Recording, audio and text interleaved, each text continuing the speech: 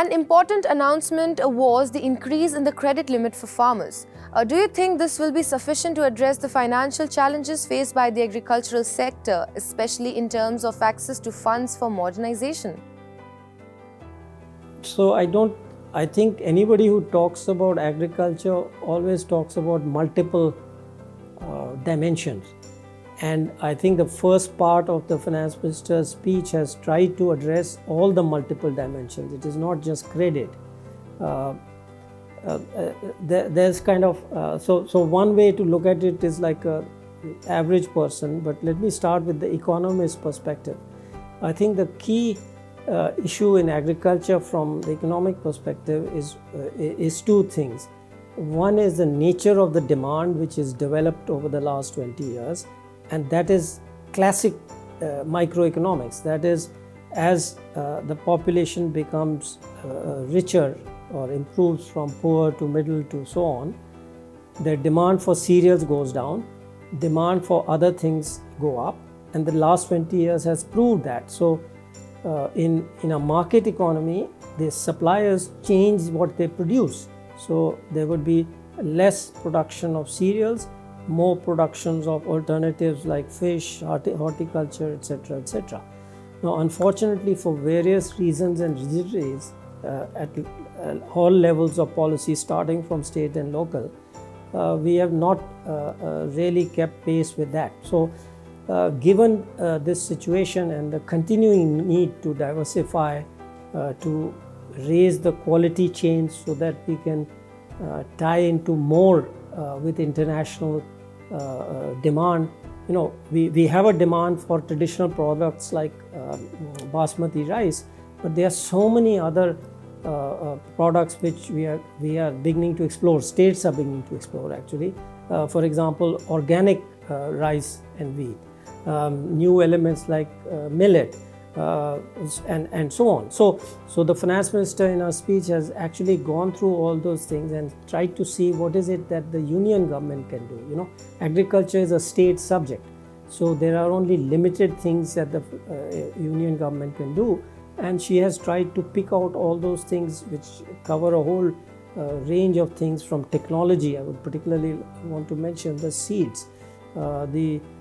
We need to now have developed seeds which cater to climate change.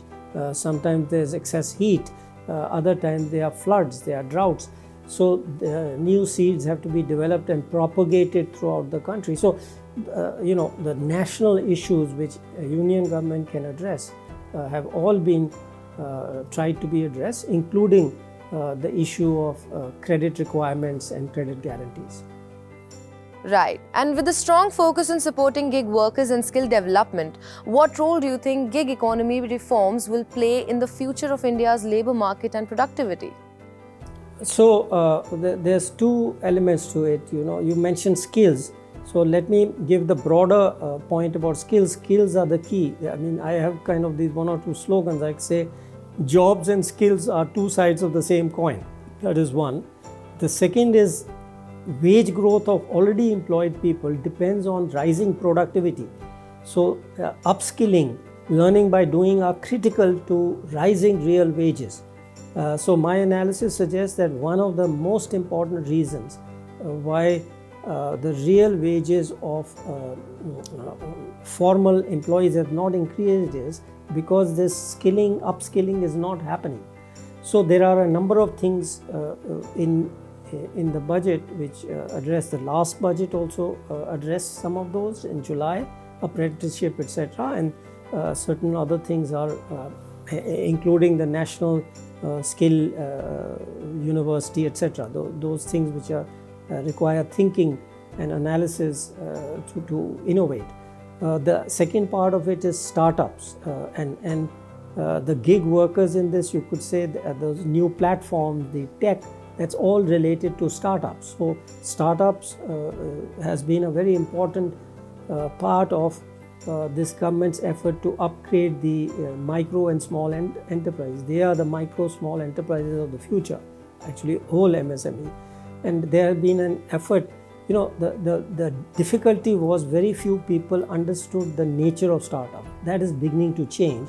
And the biggest evidence of that was a few months ago, I forget exactly, 6 months or something, where the startup taxation was the bad modification was rejected. I mean, I still remember when it was introduced when Shri Pranab Mukherjee was finance minister, and I had opposed it then. I was not, again, I was outside, but so the gig economy and startups are very much related, and therefore attention is being paid to, without halting this innovation, how to improve the lot of gig workers. Again, this is very important, something which do not understand, that we want to protect workers, but we cannot do it at the cost of stopping growth, because that will mean less jobs for everybody, including those people who became gig workers. So this balancing act goes on, and I think the government, the effort is to select those areas. For example, the two things which have been done, I think, is provide them with insurance, get them into things which are